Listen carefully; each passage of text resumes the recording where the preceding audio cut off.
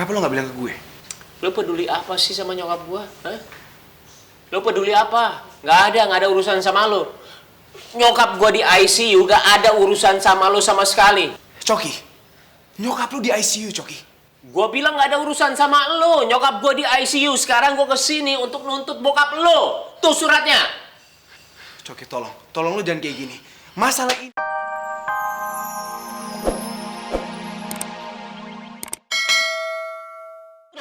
Ya udah ya mama. Nah jangan kayak gini.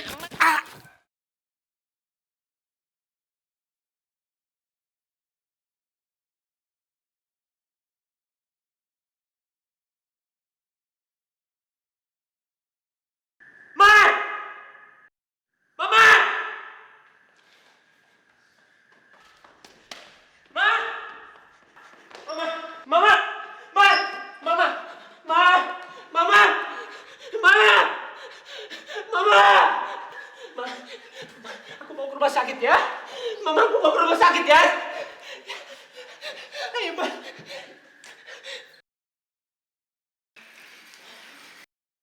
Mama harus sadar ya, Ma. Ma, aku di sini. Ya, aku di sini, Ma. Mama harus sadar ya. Ayo, sus. Ma. Mas nggak boleh masuk. Mas tunggu di luar dulu ya.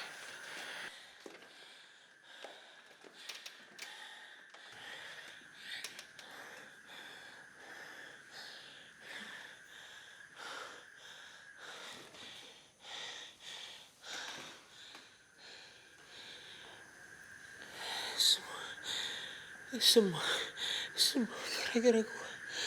Mama celaka gara-gara gua. Mama celaka gara-gara.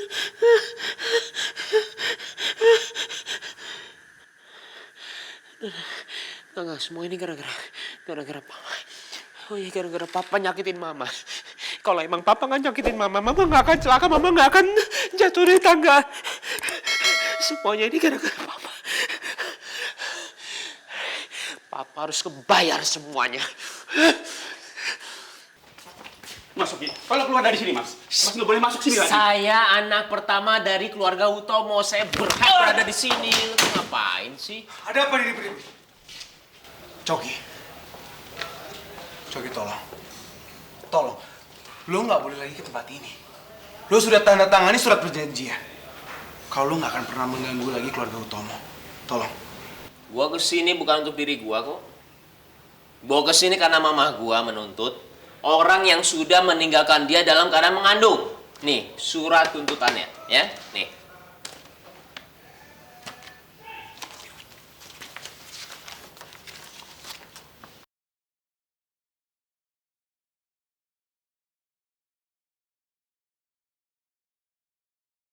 Gue nggak percaya, Coki.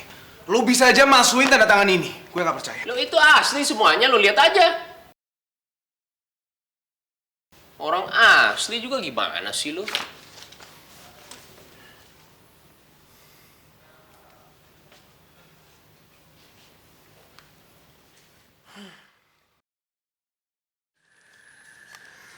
Halo, dengan kediaman Ibu Bella. Halo, bisa saya bicara dengan Ibu Bella? Nyonya sedang dirawat di rumah sakit, Mas. Sepertinya keadaannya kritis.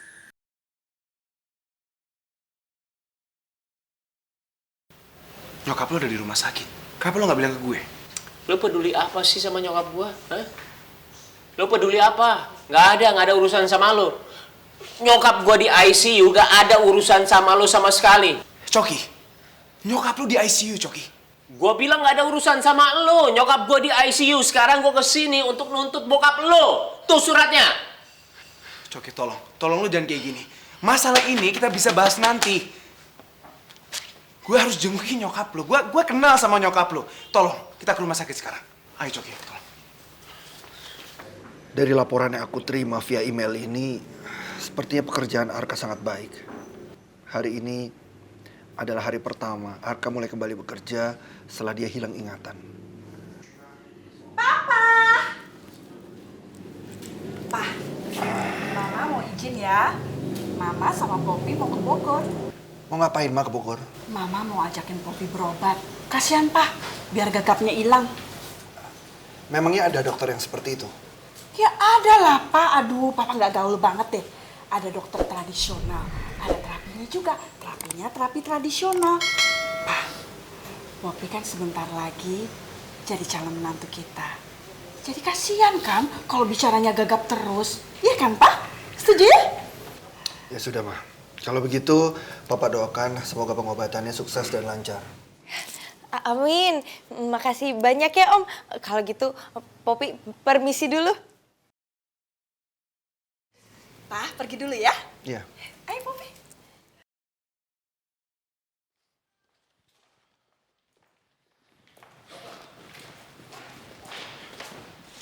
Dok, gimana keadaan ibu saya, Dok? Saya anaknya. Maafkan saya, Mas. Tapi keadaan Ibu Bella saat ini kritis dan koma.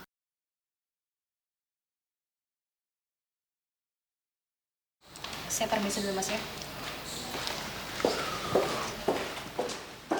Coki, sebenarnya apa yang terjadi, Coki?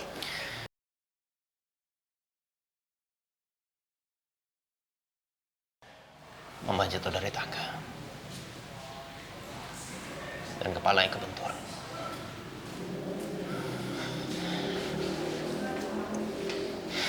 Ya Allah. Gimana kalau sampai Mama gak selamat?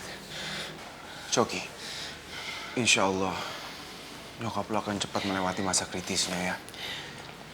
Kita harus banyak berdoa untuk nyokap lo.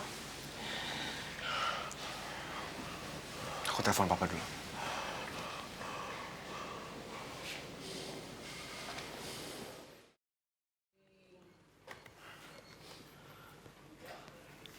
Ya Arka.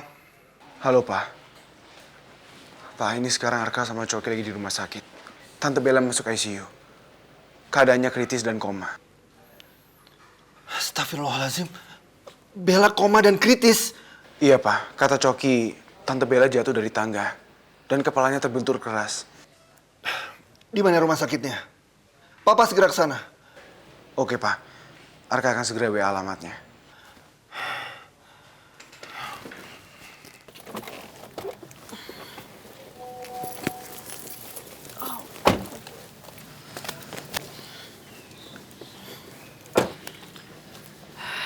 Kinta, kita di sini sampai sore ya.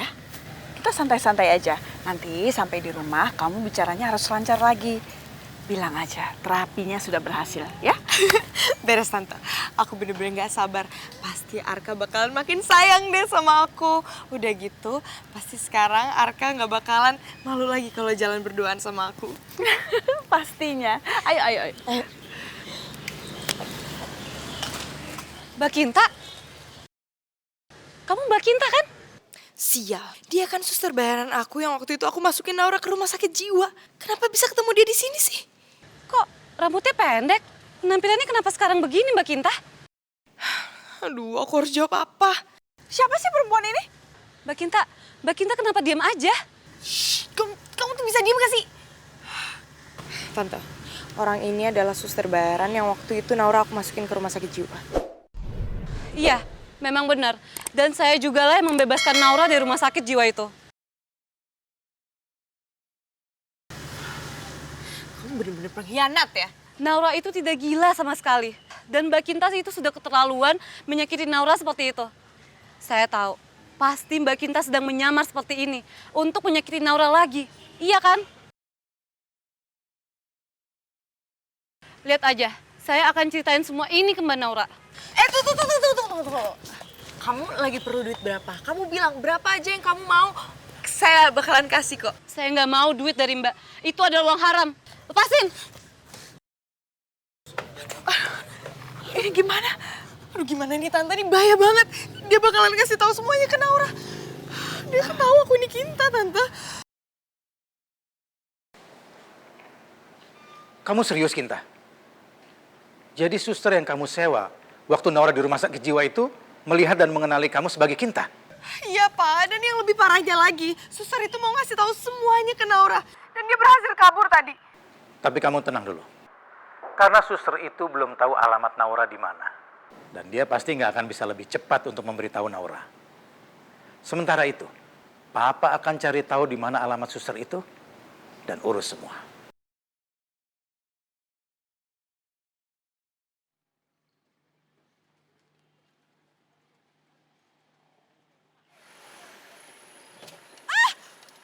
Astagfirullahaladzim.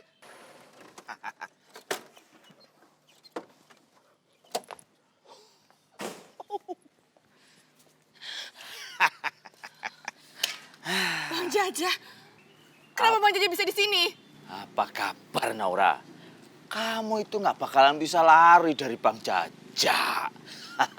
Bang Jaja, kalau Bang Jaja minta aku tanda tangan, sampai kapanpun aku nggak mau kasih tanda tangan buat Bang Jaja. Oh iya?